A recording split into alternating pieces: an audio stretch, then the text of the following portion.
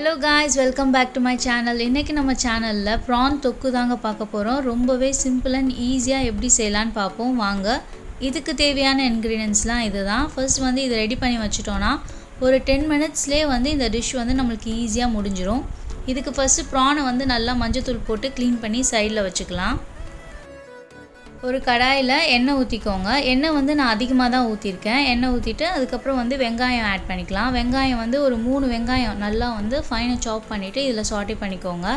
இது golden brown ஆற வரையும் நல்லா சாட்டே பண்ணுங்கள்.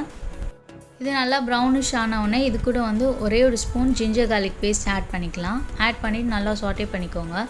இதில் எதனால் நான் எண்ணெய் அதிகமாக விட்டேன்னா வந்து நான் சாம்பார் அந்த மாதிரி எதுவுமே வைக்கலை, வெறும் இந்த சைட் டிஷ்ஷை வச்சே பெரட்டி சாதத்தில் கொடுக்க போகிறதுனால நான் வந்து கொஞ்சம் நிறையா எண்ணெய் விட்டுருக்கேன். நீங்கள் கம்மியாகவே ஆட் பண்ணுங்கள்.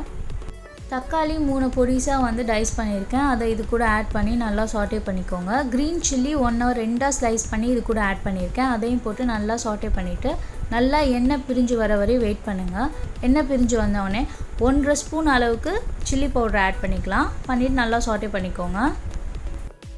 காரத்துக்கு ஏற்ற மாதிரி வந்து நீங்கள் சில்லி பவுடர் ஆட் பண்ணிக்கலாம். நான் கொஞ்சம் கம்மியாக தான் யூஸ் பண்ணுவேன் எப்போவுமே. அப்புறம் கரம் மசாலா வந்து ஒரு 3/4 ஸ்பூன் ஆட் பண்ணிக்கோங்க. பெப்பர் பவுடர் 1/2 ஸ்பூன், ஜீரா பவுடர் 1/2 ஸ்பூன் ஆட் பண்ணிவிட்டு சால்ட் வந்து உங்களுக்கு தேவையான அளவு போட்டுட்டு நல்லா சாட்டே பண்ணிக்கோங்க.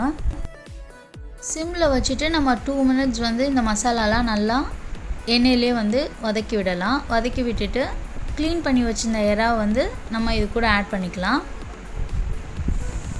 எறா ஆட் பண்ணிவிட்டு கரெக்டாக ஒரு 7 to 8 மினிட்ஸ் மட்டும் மீடியம் ஃப்ளேமில் வச்சிடலாம்.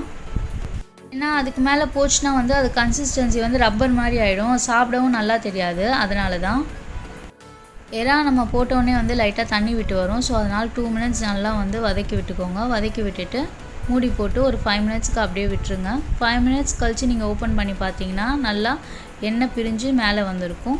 அதை நல்லா சாட்டே பண்ணிக்கோங்க. சாட்டே பண்ணிவிட்டு லாஸ்ட்டாக கொரியாண்டர் லீவ்ஸ் வந்து மேலே கார்னிஷ் போட்டுக்கோங்க. அவ்வளோதாங்க, ரொம்பவே குயிக்காக நம்ம எறா தொக்கு வந்து செஞ்சு முடிச்சாச்சு. ரொம்பவே சிம்பிள் அண்ட் டேஸ்டியாக இருக்கும். நீங்கள் வந்து சாம்பார் சாதத்துக்கு கூட வச்சு சாப்பிட்டிங்கன்னா சூப்பராக இருக்கும். ட்ரை பண்ணி பாருங்கள். நான் வந்து இப்போது வெறும் சாதத்தில் வந்து பசங்களுக்கு அப்படியே விரவி போட்டு கொடுத்துட்டேன்.